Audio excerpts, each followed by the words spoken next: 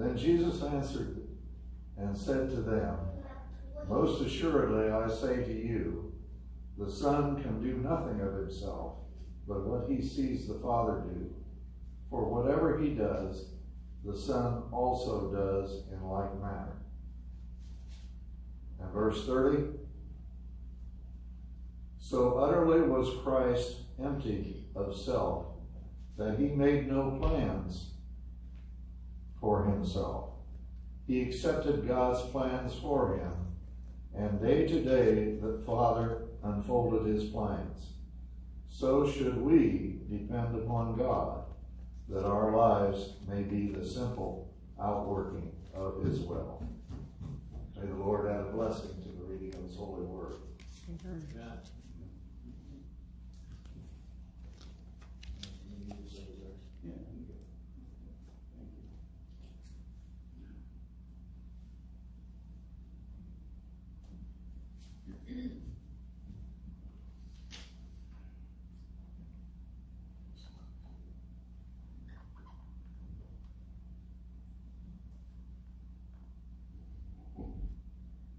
Happy Sabbath, everyone.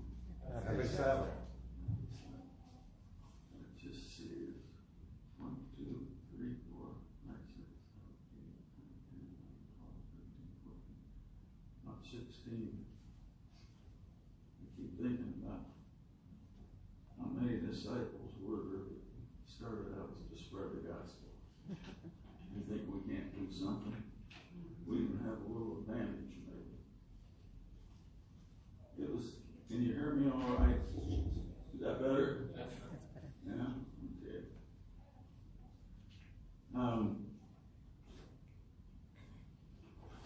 You know, 6 months ago, I don't think I had the slightest idea that I would be speaking from this pulpit today. And it shows how things can change a little bit. Amen. That Cookie and I been very blessed, really, in the last year and a half with the advent of the COVID and how things have worked out for us. And I feel like we probably are at an advantage because we're retired, and we're very fortunate. God has blessed us. We're able to pay our bills, and we haven't gone hungry. We do have children, and we have concerns for them, and we pray for them a lot, but we're not raising children like we did at one time. So it allows us to have some time, time for study. And we were very fortunate that we had minimal exposure. Most of the time we got exposed was Cookie went into the store and sat in the car. So. But that was really been a blessing for us. But one of the things that happened was last spring, probably one of the best things that's ever happened to us. And that's when we encountered the program with David Asher called DA with DA. And Cookie come across it somehow. And it stands for David Asher with Desire of Ages.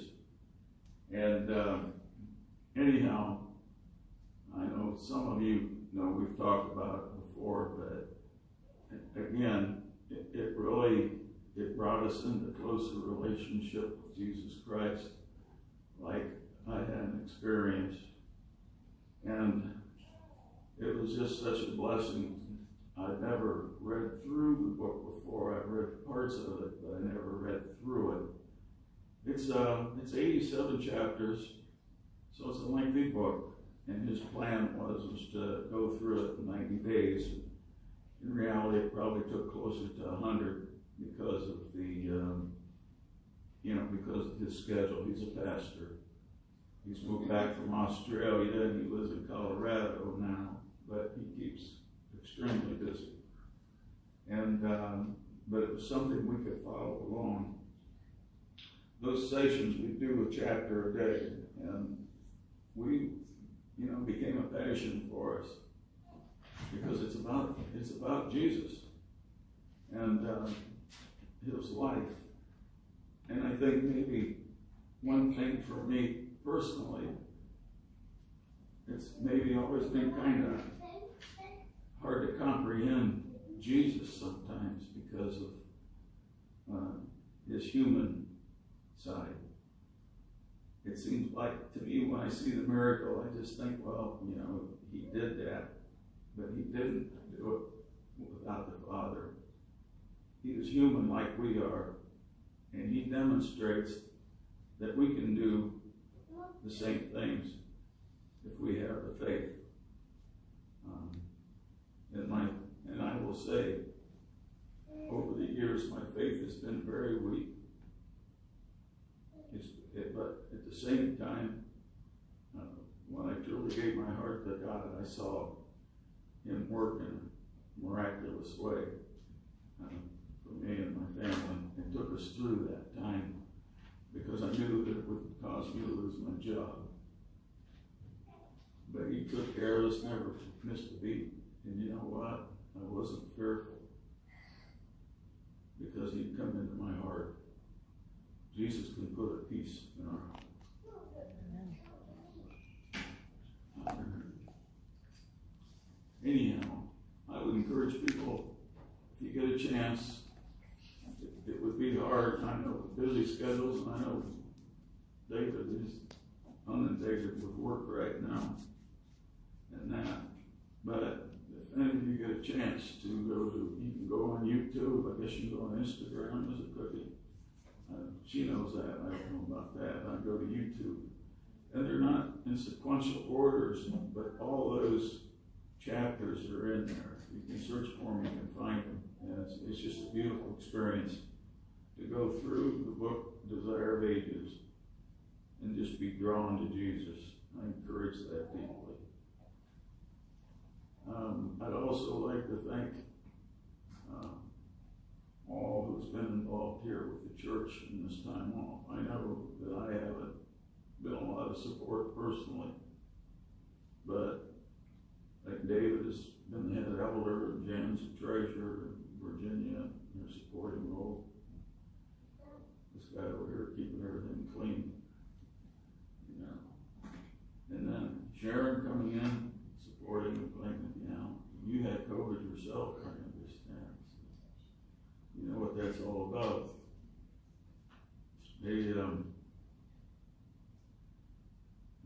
I understand even throughout the conference that the tithe has been up. People are still supporting with the church structure. And that's so important.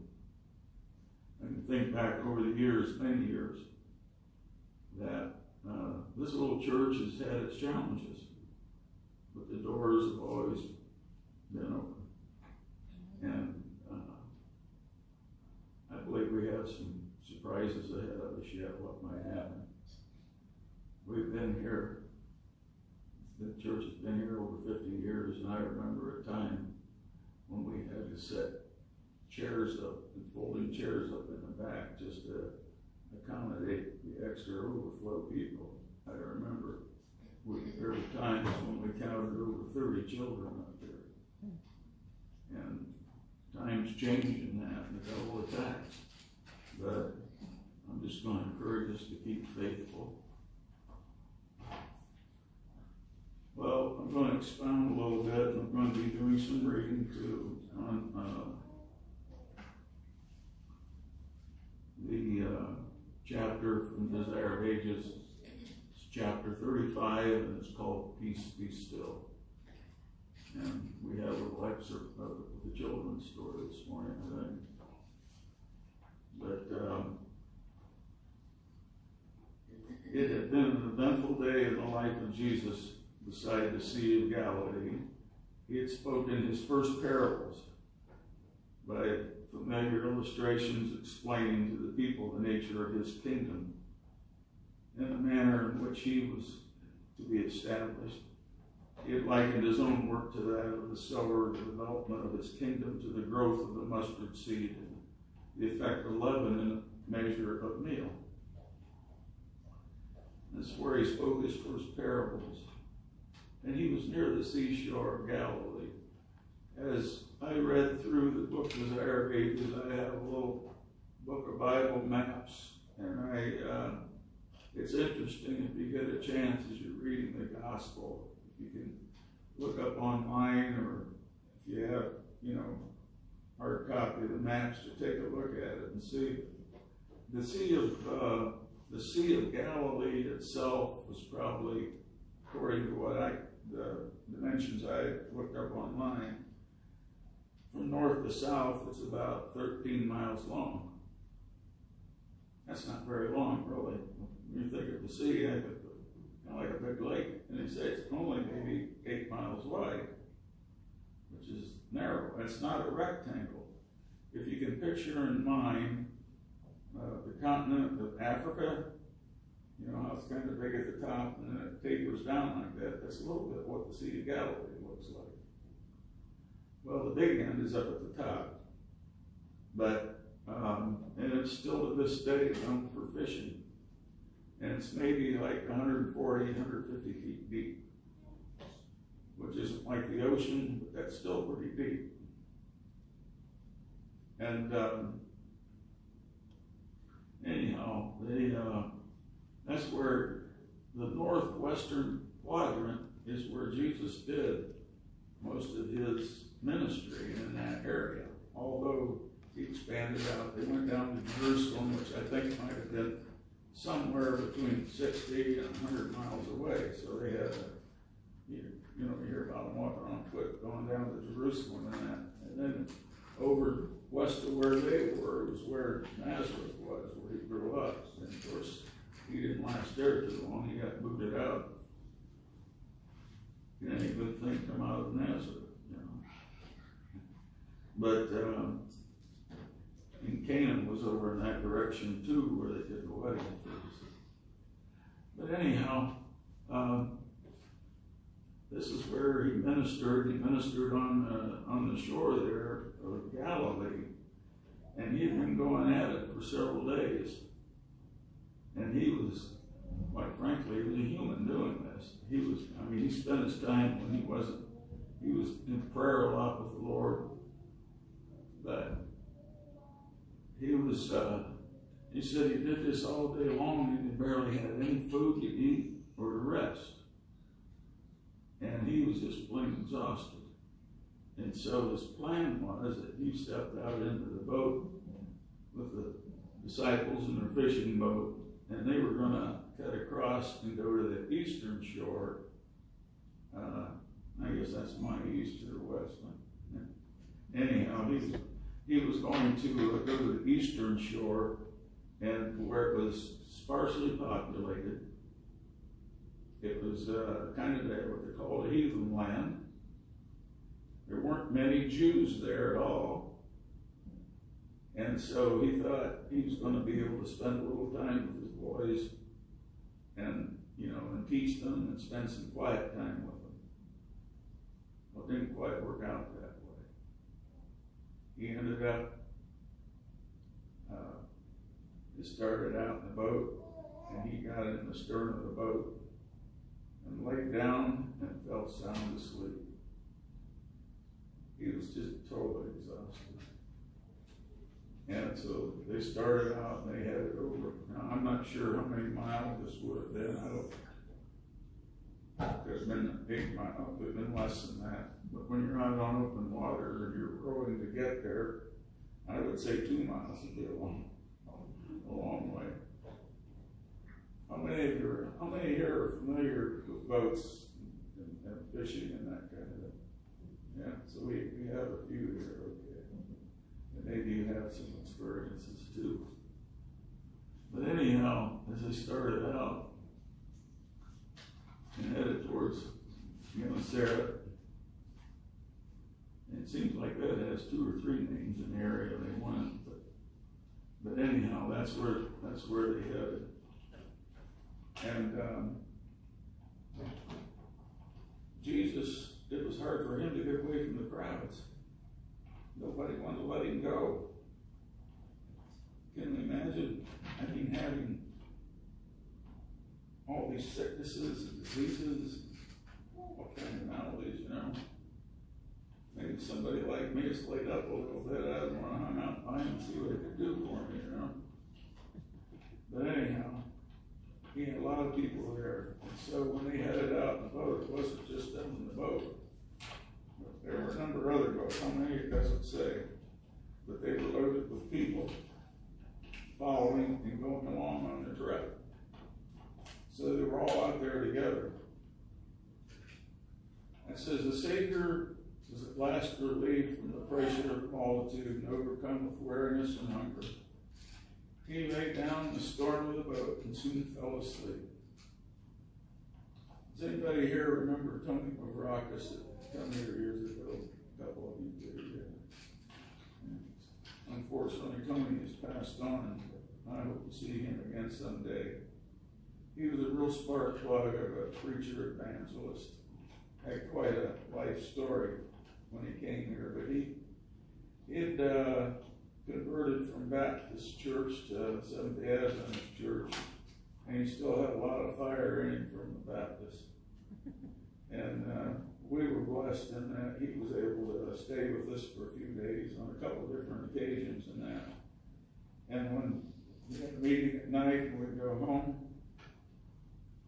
he was exhausted, but he was starved. He was hungry.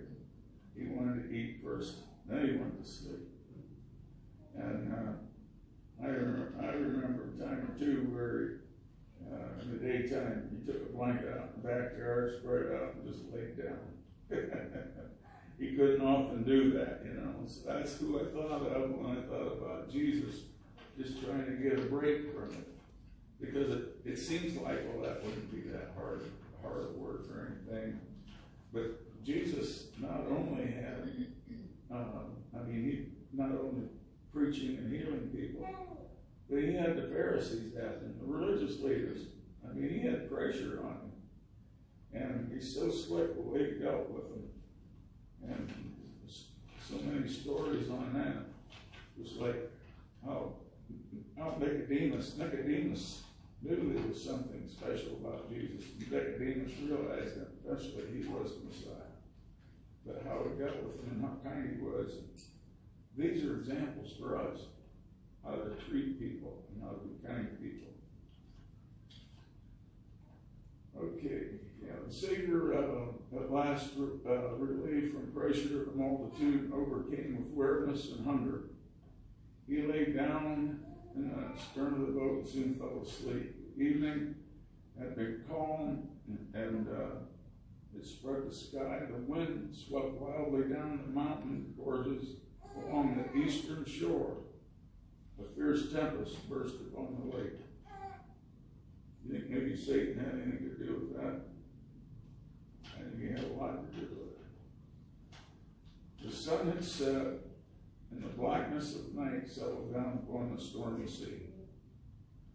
The waves lashed into fury by the howling winds, dashed fiercely over the disciples' boat, and threatened to engulf it.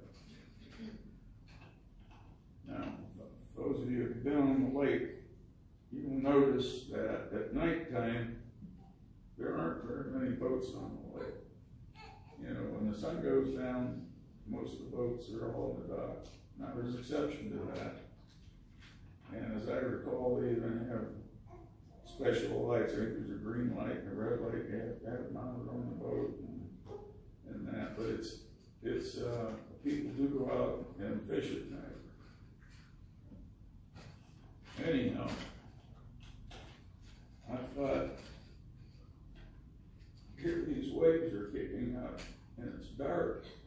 It's hard enough to maneuver in the daylight when you see these waves and you try to slice through the waves without getting captured by water. Anyhow, it says the hardy fishermen had spent their lives upon the lake and had guided their craft safely through many a storm. But now their strength and skill availed nothing. They were helpless in the grasp of the tempest, and hope failed them as they saw that their boat was filling. and you see your boat filling and you're not able to bail it out with a bucket or something, boats today have what they call bilge pumps, I believe. It can pump a lot of that water out, but it has to stay ahead of it. Absorbed in their efforts to save themselves, they had forgotten that Jesus was on board. Have any of you ever done that? Try to bail out ourselves and forget about Jesus, at least for the moment. Jesus was their only hope. Their helplessness and despair, they cried, "Master, Master." But the dense darkness hid him from their sight. Their voices were drowned by the roaring of the tempest, and there was no reply. Doubt and fear assailed them. Had Jesus forsaken them? Was he who had conquered the disease and demons and even death powerless to help his disciples now? Was he unmindful of them in this distress? Again they called, but there was no answer except the shrieking of angry blast. Already their boat is sinking. A moment, and apparently they will be swallowed up by the hungry waters. I was amazed. I thought, these couldn't have been real big boats. I don't know exactly how they are, but I'm suspecting somewhere in the 20 to 25 foot range, which it's not a little boat, but it's not a real big one. But when you couldn't hear a voice because of the howling wind, you know, it had to be pretty serious stuff. Suddenly a flash of lightning pierces the darkness. Well, that's a comforting thought, to be on the water when lightning strikes. They see Jesus lying asleep, undisturbed by the tumult. In amazement and despair, they exclaim, "Master, carest thou not that we perish? How can we rest so peacefully while they are in danger and battling with death?" Their cry arouses Jesus. As the lightning glare reveals him, they see the peace of heaven in his face. They see his tender love, and their hearts turning to him cry, "Lord, save us, we perish." Never did a soul utter that cry unheeded. As the disciples grasp their oars to make a last effort, Jesus rises. He stands in the midst of the disciples with the tempest, while the tempest rages.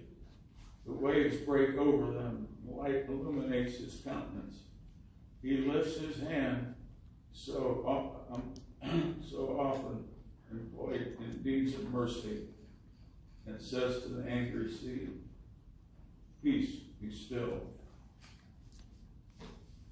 I wanted to point out a little something too. I asked someone who said he had some water experience. I don't know what your experiences have been, but my dad had a small boat that we used to take to Lake Erie, perch fishing a lot. It was only about 15 feet long. It had a 35 horse motor, which by today's standards is real small, but that's what it had, and we were able to go out into Lake Erie and fish quite a bit. We did that through the summer and the fall.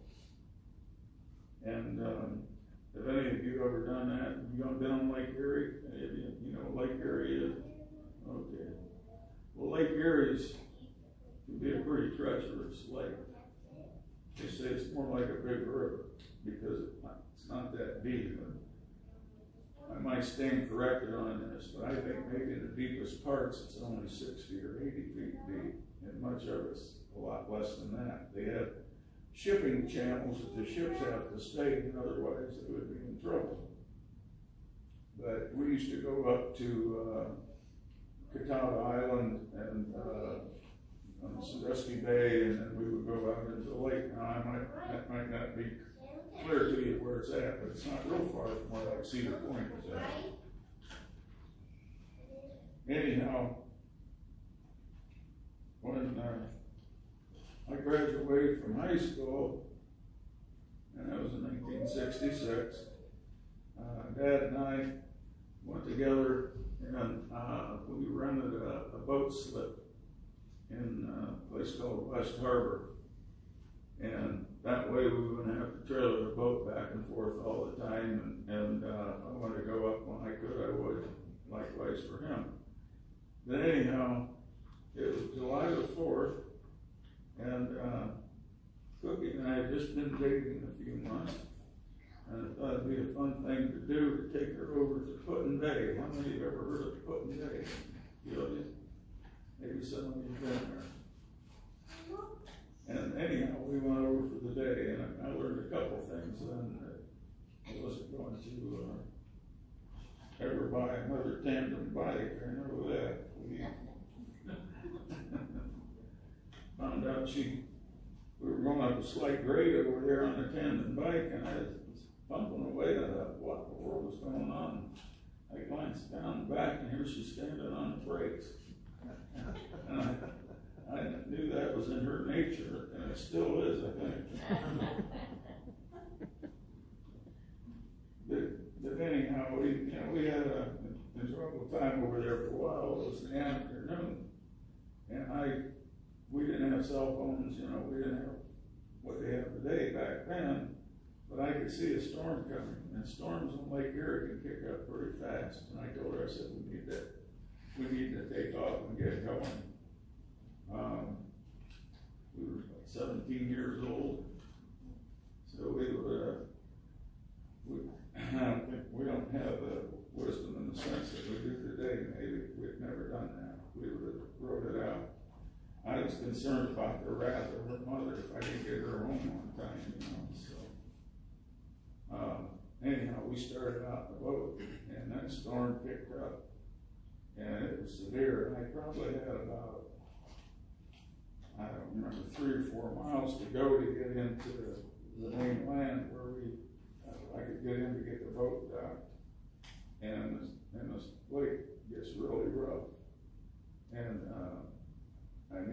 quite frankly, I was probably not as scared as she was, but she'd never experienced anything like this. And she was down in the boat, and she was bailing water. It just reminded me like what these guys are.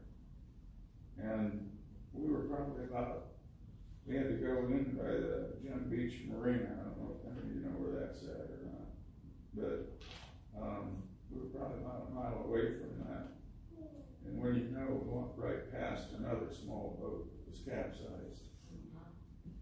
And there wasn't any way I would have probably, if I had seen someone, I didn't see bodies, I didn't see anyone hanging on or anything like that. So it just went on. But it was a precarious situation. But I felt like I could relate to this too. And I have a couple of other water stories to share too, but I'm not going to do it today. But water is powerful. Moving water is very powerful, and it doesn't let you control it. It controls you. So anyhow, that's when Jesus, he said, "Peace be still." And the waters calmed. Clouds rolled away, and the stars shined forth. It's still dark out. I can't imagine going through that in the dark. After going through it in the day, the boat rests upon a quiet sea. And turning to his disciples, Jesus asked sorrowfully. He wasn't being rebuking them or being nasty. But he said, "Why are you fearful? Have not ye faith?" And a hush fell upon the disciples, and even Peter did not attempt to express the awe that filled his heart. Peter was kind of a loud guy. The boats had set out that accompanied Jesus had been in the same peril with that of the disciples. Terror and despair had seized their occupants. But the command of Jesus brought quiet to the scene of tumult. The fury of the storms had driven the boats into close proximity. So all those people that started out with them were still with them, and they witnessed the same miracle.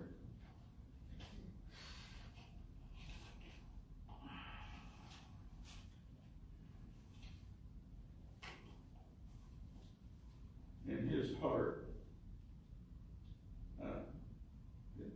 but he rested not in the possession of almighty power. And this is something I want to emphasize because I think it's so important that we realize Jesus, the same Jesus that had the opportunity to turn the stones into bread, refused that because he wanted to do it in the same human power that we can do it in, being connected with Jesus. It was by faith. He trusted in God's love and care, and that Jesus rested in the power of the Word, which still, the storm was the power of God.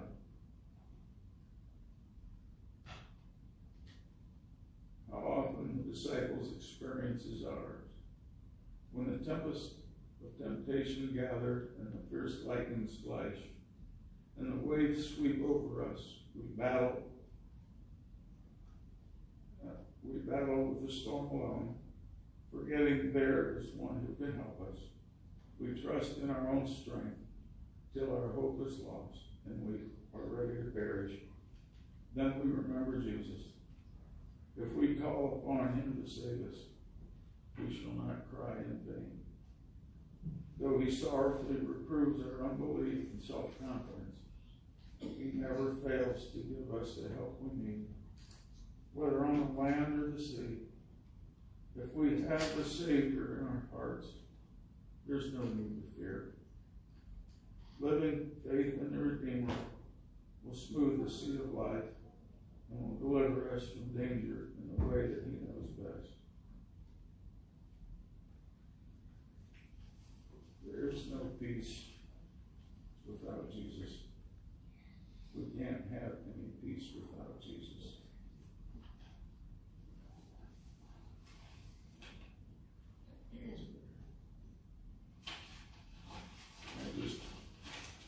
I'll just briefly talk about when they landed on shore. They were met by demonics. Brother Matthew tells us that there were two. Mark and Luke says there was one. Kind of, it seems like a discrepancy in the Bible. But I don't really believe it is. I read recently when someone says they could read a discrepancy, and they weren't referring to this, that it actually proves that the Bible is true because it's not being plagiarized and rubber stamped. You know, they were each speaking from their own hearts. But anyhow, they get on shore, and here come the demoniacs. The disciples saw what was coming. They turned tail and ran. They got back, they ran a distance, and all of a sudden they noticed Jesus wasn't with them. Jesus was right where he was when he got on shore, and those demoniacs approached him. She says that he put his hand up, the same hand that said, "Peace, be still." And they were stopped in their tracks, although they were trying to attack and approach him. Said they were just an awful sight. Filthy, matted hair. And they were, I think today they call the term cutters, where people they cut themselves. Have you ever heard of that? And these guys were bloody. Anyhow, he called the demons out of them. Their name was Legion because there were many of them. But they were healed. Yeah. Permanently. And I'm skipping ahead a little bit because I'm just going to get too long here. Try to wind things down. Yeah. Anyhow, the fish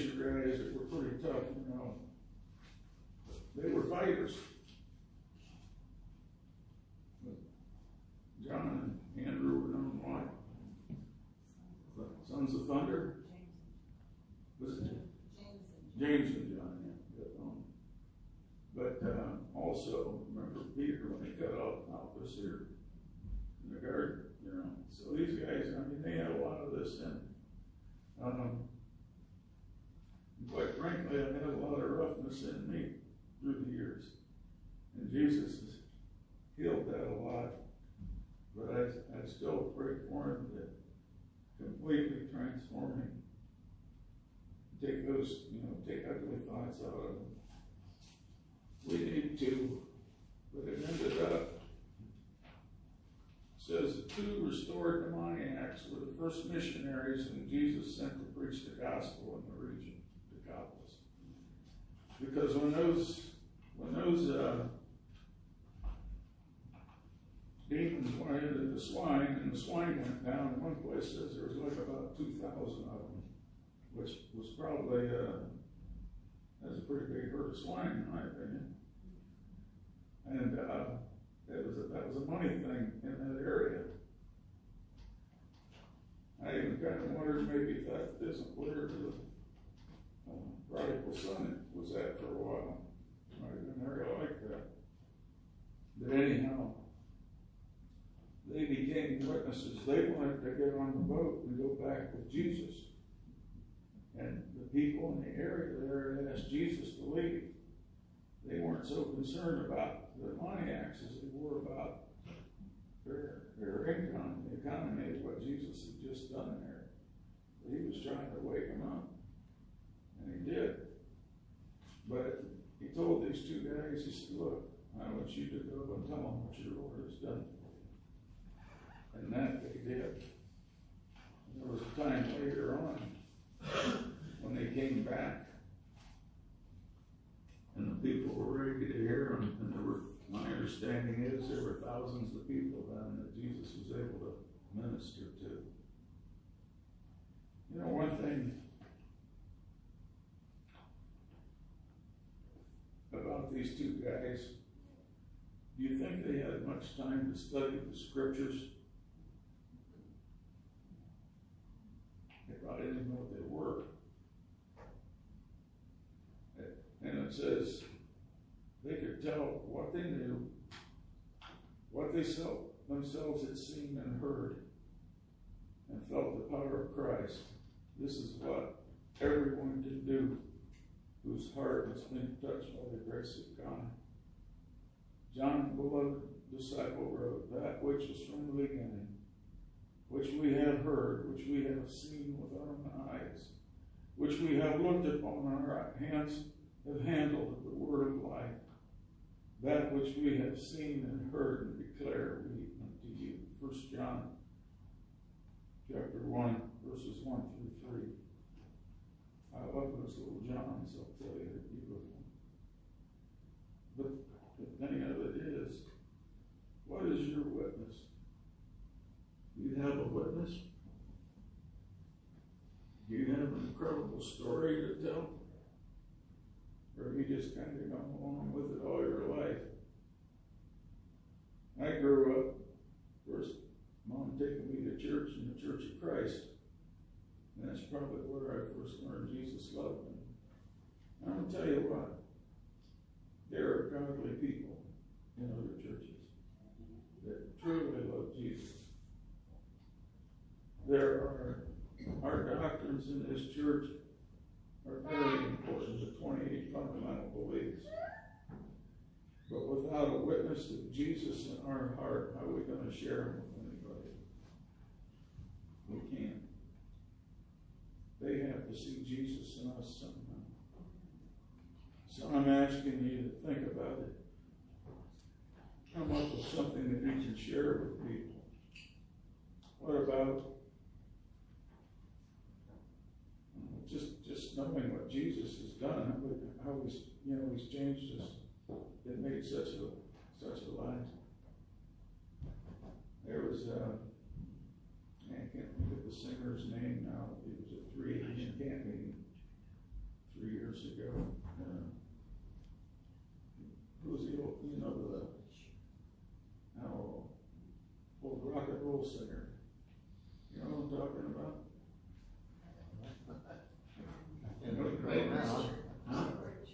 Little Richard. Oh, yeah. Has anybody ever heard of Little Richard? Well, he was, my understanding, he was one of them that was in early rock and roll music. I mean, he was pals with Elvis Presley and different ones like that. And he actually was raised at us. He went to Oakwood College, and he fell away from the church many times. he'd fall away and he would come back and be convicted and fall back. I don't recommend that for anyone. That shows you how patient the Lord is. But this was probably in his last year of life when he was there. And they kind of opened the floor up to him and let him talk at the camp meeting. And that's all they talked about was Jesus. He didn't talk about us. We know how important the commandments are. We know, again, 28 fundamental beliefs. We know those things.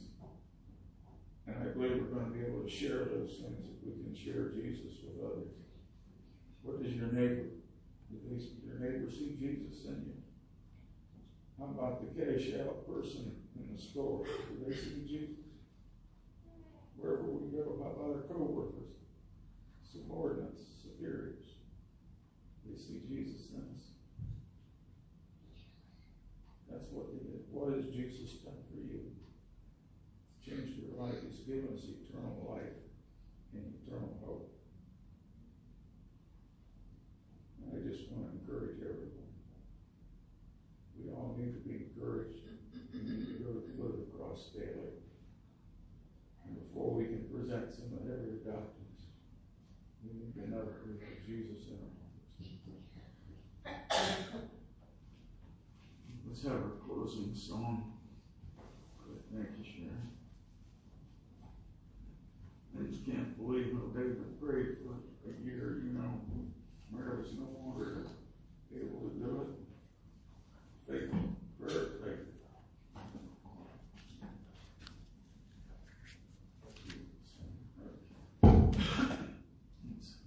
Please stand.